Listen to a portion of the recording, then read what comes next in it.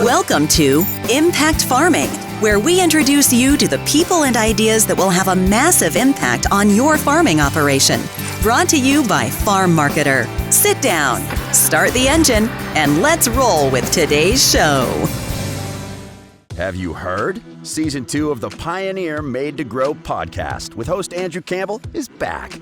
New topics, trusted industry voices, more expert ag advice. Find it wherever you listen to your favorite podcasts. Looking for more transition talk? Check out the FCC Knowledge Podcast, Talking Farm and Food. Join Marty Seymour as he talks to Canadian producers about their lives, businesses, and the lessons learned along the way. Don't miss a special 2-part episode where Marty explores tales from transition, featuring stories from the junior and senior partner perspective, along with some great insight from a transition specialist. Find Talking Farm and Food wherever you get your podcasts or at fcc.ca/podcast.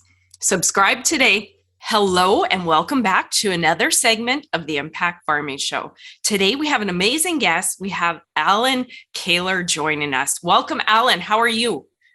Tracy, I am great. Thank you so much for having me. I love the enthusiasm. I am so excited to have you on the show. What I want to do, I actually want to read your official bio because I think that really sets the stage to the conversation we're going to have today. And it shares a little bit more about who you are. So here we go. Allan is one of Canada's most sought after speakers when it comes to the topic of mental health. He has stood on more than 500 stages and is recognized for his dynamic and captivating approach.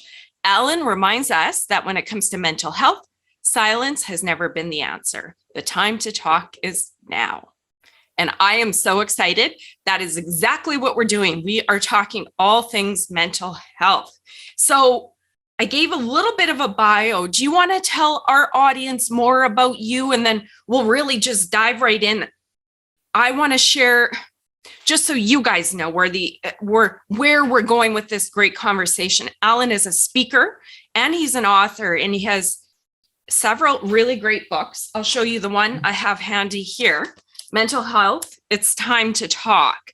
So Allan's going to share his story and then talk about his books and his journey. So do you want to share a little bit more about who you are and what you do? And then we'll dive into your journey with mental health. How's that sound?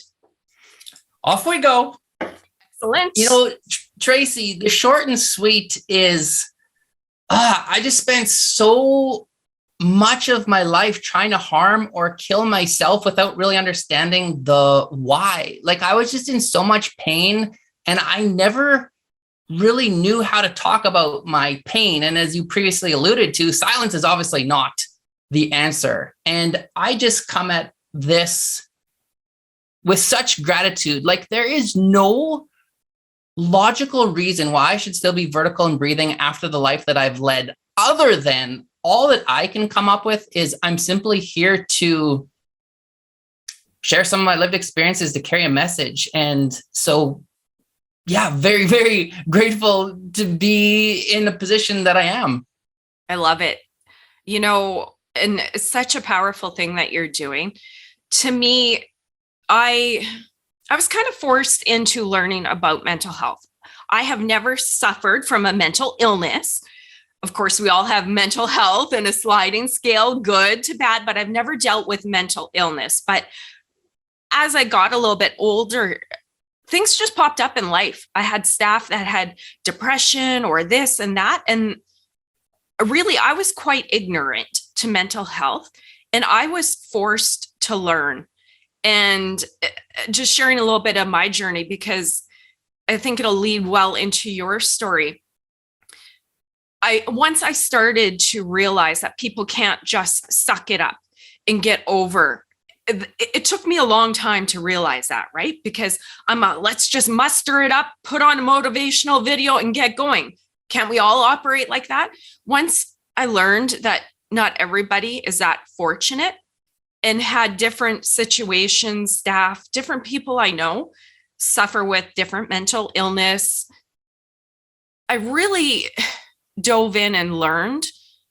And to me, at this point of learning, I don't even understand why there's a stigma around it anymore.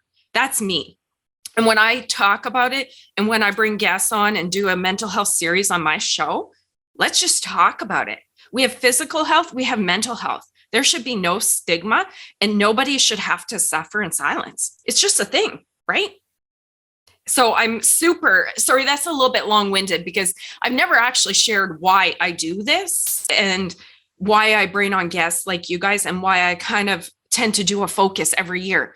For the most part, our show is business, but I always do a mental health dive because I think it is so important. So can you share your journey? And I think so many in our audience will really appreciate hearing your story and your different journey. So long-winded intro, kind of sharing my experience. I'd love to hear your story now.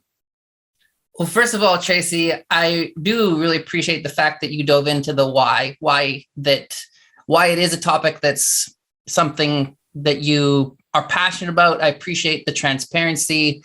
And obviously, we are moving forward. Ideally, it would be great if stigma did not exist, but yes, clearly it still does. And I think for me, that's like you, why I'm so passionate about putting a face and voice to it. Because when I grew up, it was not like this. You know, I grew up in a town that had 4.5 road. That last half road was gravel. And it was like living in a fishbowl. You know, everybody knows everybody. There's pros and cons to that. I had formed an identity that I excelled in athletics. I excelled in academics. Everything came easy to me. I was seen as the person who was president of the school, athlete of the year, captain of sports teams. I always smiled, and correct me if I'm wrong, but just because someone's smiling does not mean that they are happy. And so for me, the world was simply my stage. And when my challenges with mental illness started in grade 8, I did not know what to do with my thoughts. I knew that I was different. I could no longer look in a mirror. Later, I understood the why. You know, it was diagnosed as body dysmorphic disorder. What I saw was what other people did not see. And even I remember in grade 9 English, like we were just asked to write a poem. Okay. So I wrote this dark poem. And all my other peers are reading these poems in front of the class about their dog, about hockey. I get up there. There is no applause. There's just silence. And Tracy, it was at that moment where I realized, I think I'm a little different. Okay. And the problem was this, because I didn't talk about my pain. Who suffered more than anyone else? Me. And I just continuously navigated through life, smiling on the outside while I had all this pain on the inside. And then, I mean, I was a runner. I left home as soon as I was 16 for private school. Then I'm off to Holland. And I mean, I went nuts. I think in part when you don't have control, you want control. I grew up in a very rigid Mennonite community. Okay. And when I left that, I kind of went off the deep end. And my mental health started to really deteriorate, became an alcoholic, you know, a compulsive gambler. The short and sweet is this. Finally, I was able to meet with a general practitioner, a doctor, and I just kind of talked about where I was at. Now, I was forced into that by my mom, and that's often the case where it's a mother figure or a partner, someone who just pushes that person into help. That was how it was for me. It was so embarrassing. I felt judged. I felt like this professional did not see me for me. I was given a prescription and off I went. And then you fast track, and I spent the next 6 years being hammered with every kind of diagnosis. I met with so many psychiatrists. I was on a combination of 12 different pharmaceutical pills. I didn't know if I was coming or going. I had no identity. I didn't want to go within. And that was the whole problem. I think my very definition of addiction is it's a way to live outside of self so that we don't have to be with self. I never wanted to feel. And if somebody tried to make me talk about what was going on, I responded with anger. I was such an angry individual. And we see this often with men. But over time, I realized that beneath this anger is just pain. I was in so much pain, but I just didn't have that voice. And that just further caused me to isolate, withdraw. And then you get to a place where you often find out very quickly that if you want something different, you're going to have to do something different. And there were so many of those proverbial forks in the road for me. One of which was, I remember collapsing in a hallway outside of a classroom that I was teaching. I was actually teaching a special ed class in Edmonton at a junior high school. And to give you some context of where my life was at, a doctor had given me a month to live if I didn't change what I was doing. And honestly, I didn't really care. But I was just living a life fueled with alcohol, gambling. I was having seizures every day. And when I collapsed in the hall, I just remember these students peeking over and they're like, "Oh, Mr. K, are you all right?" Yes, I'm fine. I smile. But I realized at that point, again, if I didn't do something different, I was not going to be around much longer. And there was something in me that really wanted to fight. And it was at that moment where I think I was able to start taking off some of that victim mentality, the V from my forehead. And I understood the value of putting a voice to my pain, of getting into support groups, and really learning that the act of feeling is what leads to healing. Ooh, feeling. Yucky. Yeah, it's hard. It's hard to feel. And yes. Healing, to your point, when you say yucky like that, I think sometimes we think of healing as this beautiful, nope. I mean, it's messy, it's ugly, but it's necessary if we want something different. Well, geez, this is deep, but I mean, it can't be any deeper than your story here. And I'm like, ooh, I don't want to share. But, I think the pandemic, and to me, this is super timely. I just want to jump in there. For our audience, you were in Canada, you're in Saskatchewan still, right? Many farmers have had very tough year farming on the back of several tough years. Plus, we're dealing with the pandemic and all the stresses that brings. I think for the farming end and the farming audience, the mental health conversation is super important because that's stressful, right? You're like literally taking millions of dollars, throwing it in fields and hoping Mother Nature cooperates. But I think the pandemic is really bringing a lot of people's stuff up. And whatever level, whatever our stuff is, we have more time, I would imagine, less distractions because there's so much stuff we can't do. I think a lot of people's stuff is coming up because what do? You're stuck at home. You got to deal with it, right? So I think this conversation is more timely than ever. So thank you for sharing that.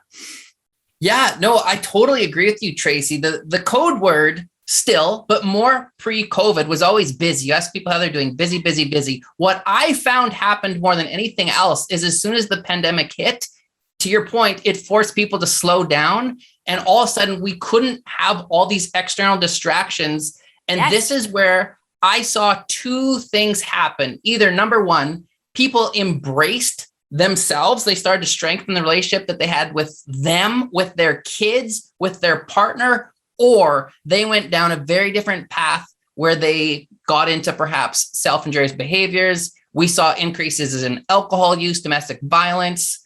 And, I really feel for farmers because there are so many variables that are out of your control. And for me, the very definition of anxiety is trying to control the things that are out of your control. Yeah. That's farming. It's farming, right? Couldn't do it. Much respect. Oh, yeah, I just do think this conversation is so relevant. And even myself, I'm, again, fortunate that I haven't had to deal with a mental illness, but I've gone from traveling all around, being gone often, to grounding to a halt in my home office. I'm not even driving anywhere. So all of a sudden it's brakes on. And I mean, we all have our stuff to go through, but it's like, wait a minute, challenging, right? Getting in, healing. Why do I have to be busy all the time? Wait a minute. Is it okay to just be quiet, slow down the pace, become a little healthier? So I can relate on my journey of the pandemic and the craziness that's going on. Okay, so that's your story. You ended up on the floor with students peering over you. Is that kind of what you would say is your rock bottom? And from there, the healing journey began? Is that a safe question? That actually did not stop all of those destructive behaviors from taking place. The addictive lifestyle continued for probably 2 more years. The catalyst actually for change was this. I met my now wife, Tanya, and she had 2 boys. And I remember this, where they made me a cake, and it was so much more than a cake. It represented, I don't know, new beginnings, but here's what was different. These kids loved me for me. I had never really been around kids. And I remember thinking, what is this? Why don't I have to put on an act? Why don't I have to continue with like in addiction, we manipulate, we lie, we are not healthy. And these kids and my now wife, Tanya, that was the catalyst for change. I moved from Edmonton to Saskatoon 3 months sober.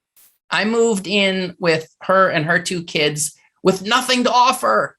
I had a lemon of a car. I had a couple boxes. I had no job, but she believed in me more than I believed in myself. And sometimes we need that. She told me that in this house, we are going to move forward. We're done with the self-harming behaviors. We are going to communicate what we need. This is going to be a loving home. And at that time, I was like, what is this? Like, this sounds really scary. It sounds terrifying, actually. But on the other hand, it sounds pretty beautiful. And so, the rock bottom is such an interesting term, because for me, I think rock bottom is probably 6 feet under, because it can always get worse. I just know for me that I cannot go back down any of those slippery slopes. Like I'm at a place where I'm very much aware of what I can and cannot do. And I'm fortunate to have people around me who help me to lead a positive, healthy lifestyle. I've had to cut ties with a lot of unhealthy people. Yeah. That I'm sitting here listening to that. I'm like, I'm going to cry. I very rarely cry on my own show. I think this would almost be the second time, but I'm like, oh, she sounds amazing. Your wife sounds lovely. That's a great story. Thank you. I'm blessed. I'm very blessed. I don't know if I read that in your book or online or in a video, but I did hear that. I'm like, wow, his wife just sounds amazing. What a woman. You're lucky. Okay. Thank you. You're welcome. So that's your story. We chatted a little bit about healing. I don't know if you want to chat about that a little bit more. I want to chat. What's the most challenging part of your mental health journey? There's so many places we could take this conversation. Well, when I struggled with my mental health and addictions, it was just me. I was bringing myself down. And that's very different than when you have a wife and when you have children under the same roof, because it is very hard when, and I mean, I'm not nearly at the place where I used to be. Like, suicide's off the table. I will not go there. And that feels really good. Like, as a side note, I lost my best friend to suicide. And that was a catalyst where I just saw too much and I understood that I cannot do that. But the challenge is now when I struggle, I see the ripple effects that it has on the people who I value the most. And while I'm so grateful, there's still a part of me, I guess, that finds it, it's hard, On the other hand, I've learned the value of communicating. And Tanya, for example, she can see those signs in me before I even feel them. And then we can talk. We have the supports in place. But the short and sweet, the challenge is, the effects. Yeah. And why I wanted to go here, and I think you're the perfect guest for this. As I mentioned, it's been a tough couple of years and literally a terrible year this year for farmers. And I mentioned this in a previous episode, but there's been beef farmers that have had to sell their whole herd, producers that are getting 10% of their crop off, right? Like that's damaging the bank account, the ego, all of those things. And I heard of at least two that I know, distant, not in this area, farmers that are on suicide watch.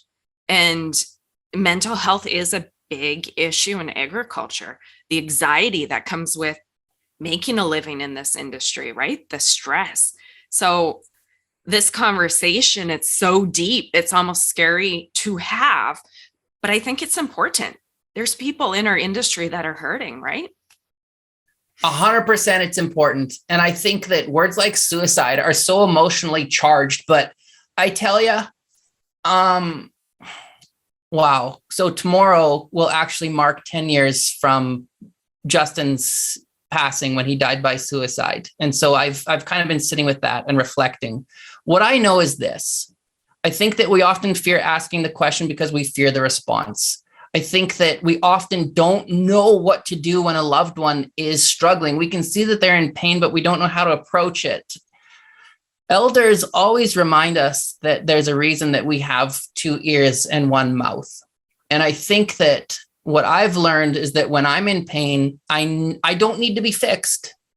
I think for me, and maybe for you too, Tracy, it's like I just wanted to be seen. I wanted to be heard, and then ultimately supported in my own way, which is different for everyone. But where I'm going with this is I think that what we can offer people is just the check-in, something like, I don't mean to pry, but I'm concerned. And I just want to let you know that if you ever needed to talk, I'll be here.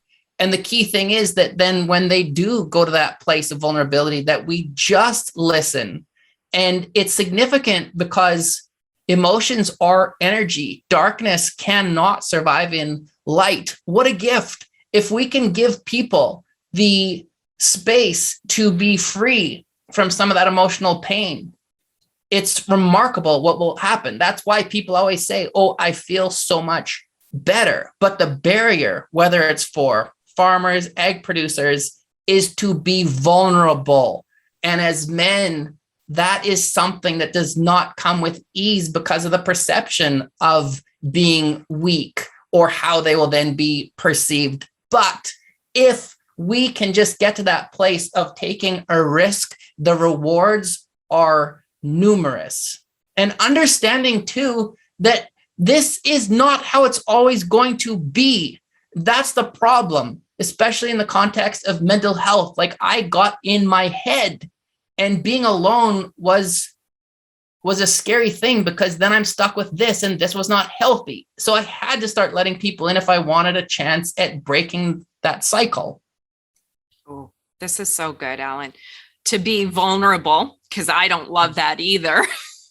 I say I'm like a man. I don't like the whole talking and the vulnerable as much as I think most women do. But I bring amazing guests like you on because you know what? I didn't know anything about mental health, and I'm still learning. And especially in the times that we live in, not to repeat, but I think it's important that we understand this. There's just a lot of people struggling. Honestly, suicide, that word does scare me. What would I do if somebody mentioned that to me? How do you broach that? I guess I'm having these hard and uncomfortable conversations on camera with great guests like you to help people in our audience. If they're out in a farming community and they're worried about their husband, their wife, neighbor Bob, what do, right? Where were we taught this stuff? right? Well, first of all, I think that we have to come to the general conclusion that silence is not the answer, meaning not talking about it will not work when we're trying to progress towards the solution. Justin, for example, when Justin died, his parents were farmers, Ed and Janet. Okay. What I loved about their approach is they made a conscious decision right away not to be silent. They said that this has been a death by suicide. And that for them must have been very, very difficult. And I've talked to Ed about this a few times. But what was very neat is in this small rural community, people rallied around them, they supported them. And here's the beautiful thing, Tracy, when we give ourselves permission to be vulnerable, the ripple effect just goes on, and it gives other people permission to have those conversations. And just like that, you hear the two most powerful words, me too. Because how many families, how many different people have experienced suicide to some degree, but don't want to talk about it? When you have these conversations, it gives other people permission to go there. And while they're hard, they are necessary. Because pre-COVID, I think I was on like 12 different reserves in a span of 3 months where there had been suicides. And here's what I found. I found that a lot of times, mostly the men would just have that flat affect, no emotion after these losses. And one of my students invited me to her reserve. Her daughter was 10 when she died by suicide. 10. Oh. And so I'm entering into these situations and I'm watching. And so often the flat affect is there, and the kids are always like, okay, you know, they look up to us as adults. And if we as adults cannot shed a tear, if we can't reach out for help or be vulnerable, why the hell would they? Yeah. And that has been my greatest source of motivation to talk about all of this, because the next generation is always, always watching. And I do not want my kids, we have 4 boys, I don't want them to have to go through some of that internal pain, internal turmoil like I did. Yeah. My goal, and I mean, I've recently started chatting about this. To me, mental health should be talked about equally to our physical health. And I'm sure one day our health system will be there where you go to your doctor and they say, how are you doing physical, right? Let's do a physical. Okay, how are you doing mentally? Are you happy? And whatever tests they would do, whatever questions they would ask you. And if you had concerns, you could talk about it with your doctor. Shouldn't that be the way it is? We're not there yet, but I think one day it will be, with how much great work that you guys are doing and helping to remove the stigma, right? And you're right. If kids, exactly, I can imagine that, being a little kid and going, oh my gosh, this is sad, somebody died. Oh, mom and dad don't seem to be very upset, and they seem a little weird, so maybe I can't talk about it either, right? And then they probably internalize that, and whatever happens. Interesting. Wow. Okay. I had to take a minute there. This is a tough and great conversation. I'm so happy to have you. I know I'm going to say that a few times. I would like to shift gears a little bit. We talked about your journey and healing, some of the hardest parts, what you've experienced. And I want to share a quote from the foreword of your book. And it's Michael how do you say his name? Landsberg? Yeah, Landsberg. Yeah, okay. I've heard him speak as well. I think he was at an event, but he said, Allan Kehler is using his pain to relieve the pain of others. And I love that. Totally. That is just bang on. So I would like for you to share why you decided to speak out, like that moment. There must have been a moment or a series of moments. You went through your experience, your healing, and then you go, oh, I should talk about this. Oh, right? What was that? How did that start? Who knew? Who knew? I wish in hindsight that I could have known. That sure would have helped me get through some of those dark nights, knowing that someday I could use my pain in this manner, but that also speaks to you never know. And I have an incredible twisted sense of gratitude that I had to go through everything from mental illness, addictions, sexual abuse, suicide, all these things.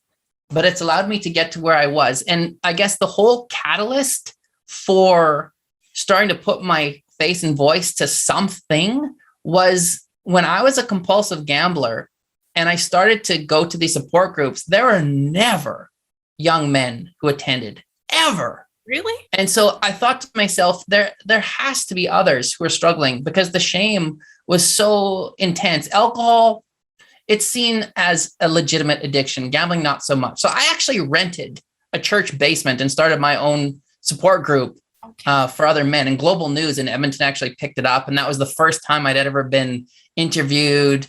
And I realized what can be done through a message. And I contacted the Problem Gambling Resource Network in Edmonton. It was the only place I could find that had a resource. And I walked into those doors and I said, can I please meet with the executive director? And he happened to be there. His name was Ray Reschke. I shook his hand and I said, my name is Allan Kehler. Let me be a face and a voice to these issues. And he started to pay me $75 to go to schools, jails, treatment centers. And that's what I did for 2 years. I was beyond terrified. But what happened is, as soon as I started to talk, well, I felt better. And more importantly, other people start to say, like we already talked about, me too. And then I thought, why would I not? And I just accepted that sometimes we have to do things afraid. I love it. I was curious about your journey and when you decided to speak up. Now, here's the question. Well, you kind of answered it. Were you scared of being judged or ridiculed or for other people to find out? Initially, 100%. Yeah. It's pretty cool that I've arrived at a place where I'm so beyond that, but that took a long time. I've been with the Canadian Association of Professional Speakers for maybe 8 years. And I remember early on, a mentor told me, the moment that you get up on that stage, before you even open your mouth, there will be people who have a problem with you, no matter what you say. They may not like the way that you look, how you dress, your mannerisms may remind them of someone that they know. You cannot internalize the thoughts and judgments of others. Live for you. And that, I think, has helped me immensely, because we will never appease the masses. It's not possible. And so for me, I think I've been able to push that aside and it's been very, very hard to be my authentic self. But and of course, there's so much work to be done, but I feel comfortable in my skin. And I honestly never thought that would happen. Never. Lovely.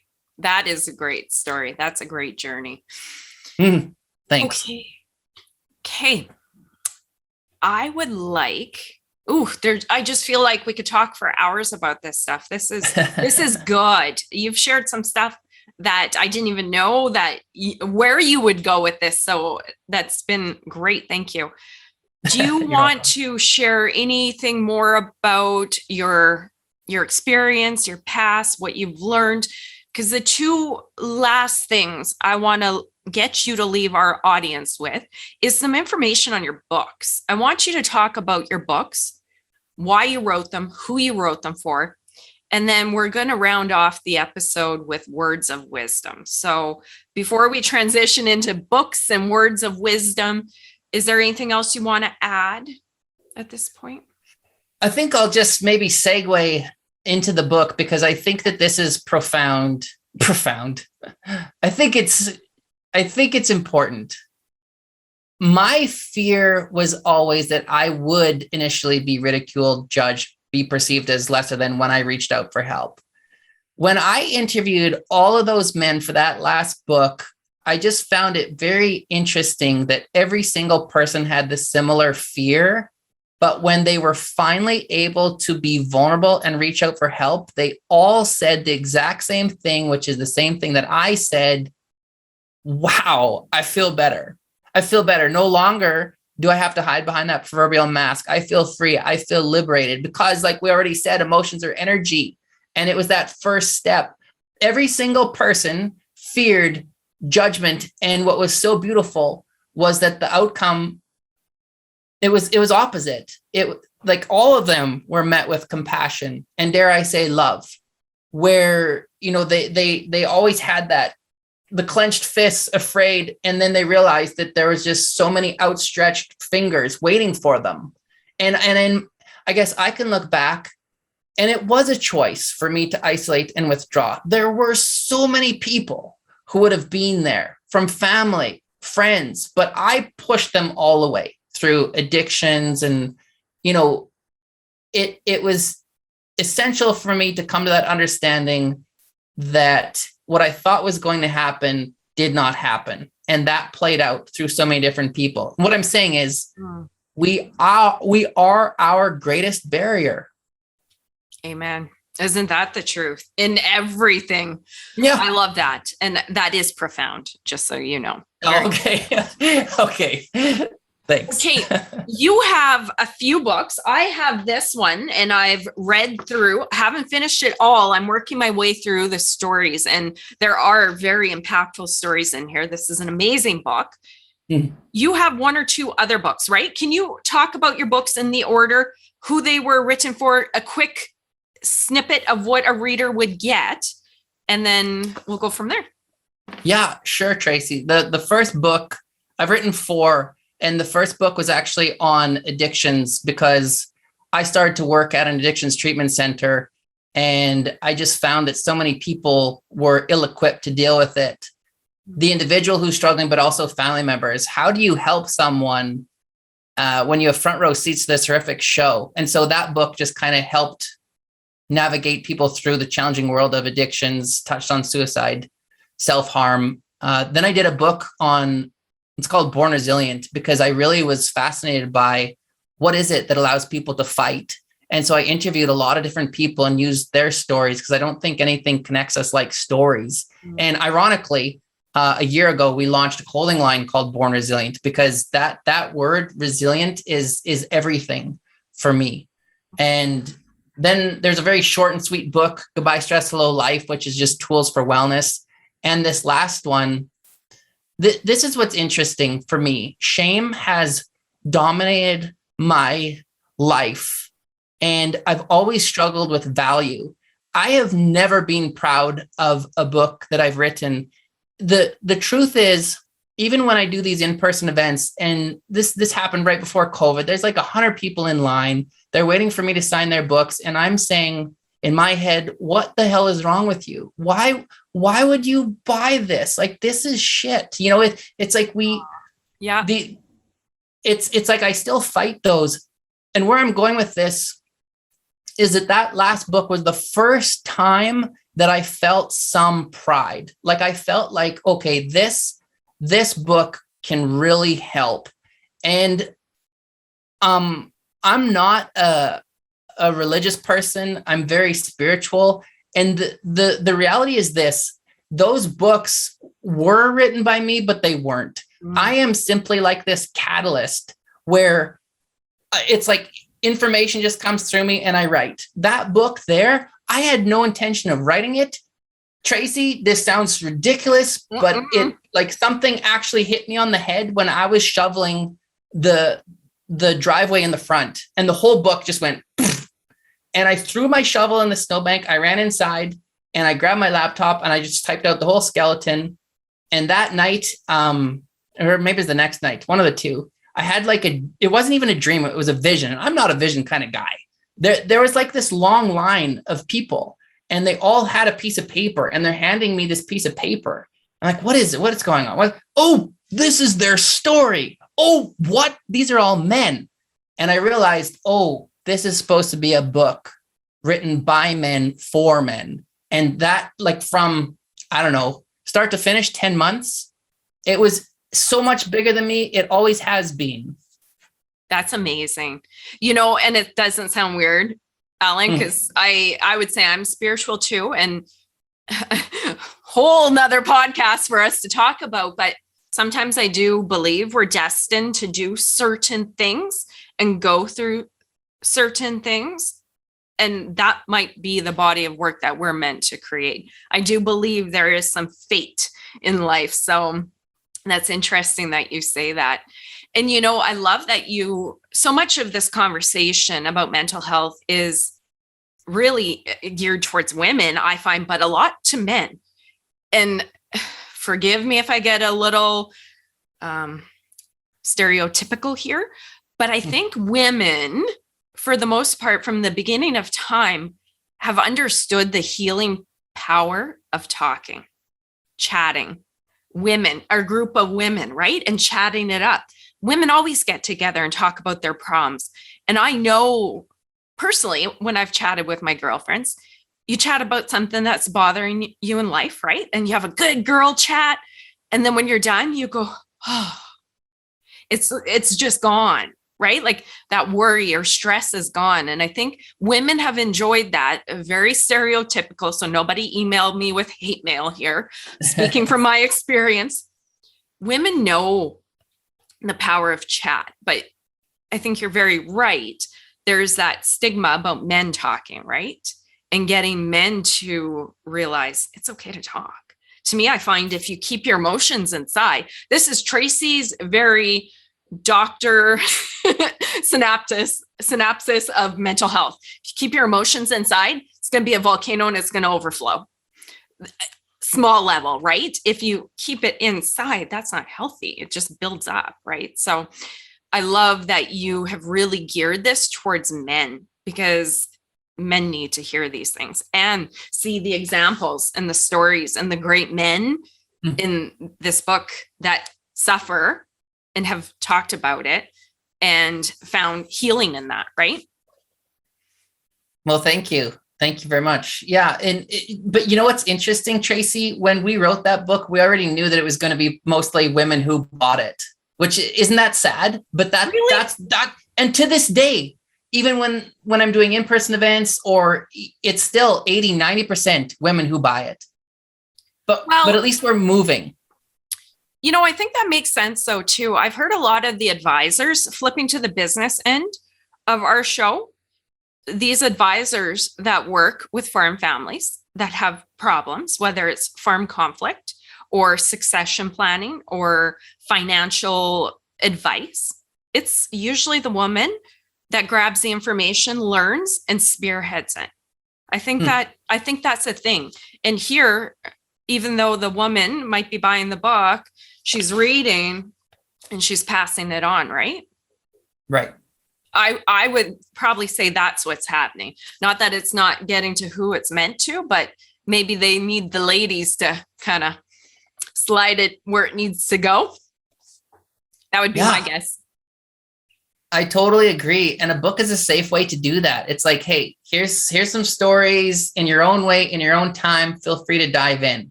And then, you kind of back off. Yeah. Well, and that's why I wanted to have you on the show, because this is an amazing, powerful message. Thank you. And your work is amazing. Amazing, Allan. If you haven't heard it a million times, just so you know, it's amazing. And to me, in my life, in different areas, learning, business, psychology, self-help, books have changed my life. And I especially want to bring guests on like you with books, because you know what? There's going to be somebody in our audience that's going, my husband or my wife has a drinking problem. They're numbing. And whatever the case is, they're going to be listening and they're going to go, oh my gosh, I'm going to order that book, right? Or it's going to sit there until they need it. Because sometimes I call the books the breadcrumbs in life. You grab the book, you read it, and it's like, oh, that idea. And then they can act on it from there, right? So to me, books have changed my life. And to have strong books on mental health, to me, that's a game changer. So thank you for writing them. Thank you for sharing. I appreciate it. Thank you. I appreciate it. Okay. I'm going to get you to leave some words of wisdom. Come on, Allan. Well, no pressure. First of all, I think that here's what I find beautiful. In that book, there is a man named Matt Kelly who also lives in Saskatchewan. He's a farmer, seed grower. And I love the metaphor that he paints, because I've seen this time and time again in Saskatchewan. I'm sure that you and your listeners have as well, where if there is some kind of a family crisis, like if somebody, say, gets cancer and they can no longer get through harvest, what happens? You have all these farmers who unite, who get together and get it done. They come together. And I do see this happening. And that's what Matt says too. Like, he's seeing more and more farming communities start to put a face and a voice to this and starting to, like I said, unite. And it's a beautiful thing. It is very scary, but if there's one thing I've learned, it's that risk leads to reward.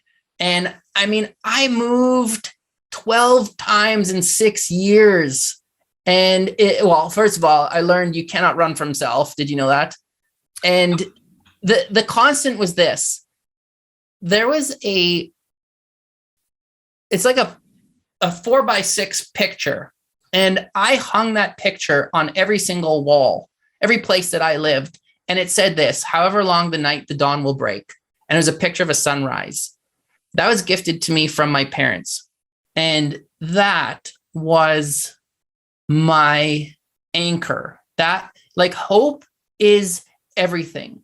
So for any listener who is at that place where it's dark, and they're struggling, it's that understanding. It's very cliche, but that this too shall pass. This will not be forever.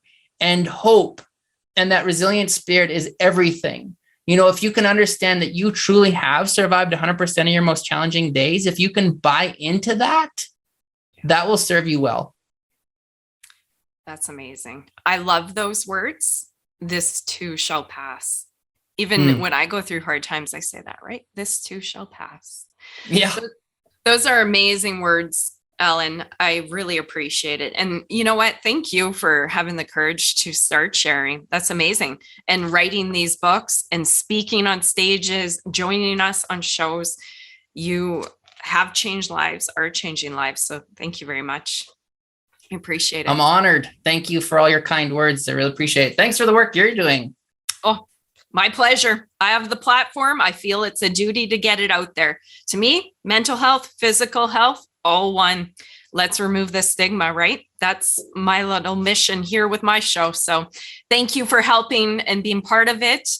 And to you guys in the audience, if you loved this interview as much as I did, please like it, share it, and get it out there. Now more than ever, our farming community needs to hear messages like this.